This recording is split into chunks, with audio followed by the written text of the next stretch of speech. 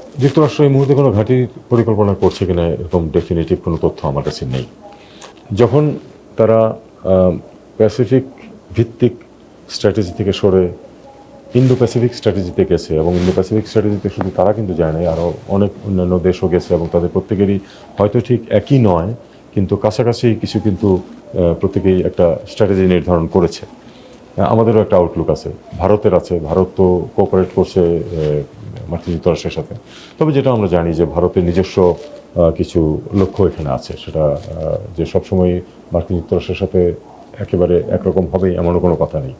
কারণ ভারত মহাসাগর এবং বঙ্গোপসাগরকে ভারত তার নিজস্ব তার ইনফ্লুয়েন্সের এলাকা বলে মনে করে।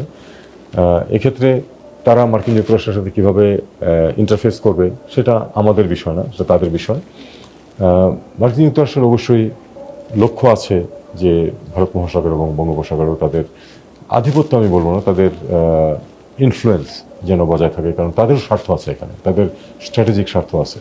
যেহেতু চীনেরও স্বার্থ আছে, এবং চীন এবং মার্কিন যুক্তরাষ্ট্রের মধ্যে এক ধরনের তো সাংঘর্ষিক সম্পর্ক আছে আমরা জানি, যদিও সেটা যে সংঘর্ষে বাস্তব সংঘর্ষের রূপ নেবে সবসময় এমন কথা না, কিন্তু পারস্পরিক একটা তো অবিশ্বাসের ব্যাপার আছে, এবং পরস্পরকে নিয়ন্ত্রণে রাখার একটা চেষ্টা তাদের মধ্যে আছে, সেটা আমরা জানি।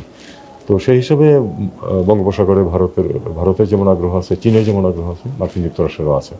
আমরা দেশ হিসাবে সেই সংঘাতে জড়িত হব না, অবশ্যই এটা হলো আমাদের নিজেদের স্বার্থে সবার সাথে সম্পর্ক বজায় রেখে চলতে হবে।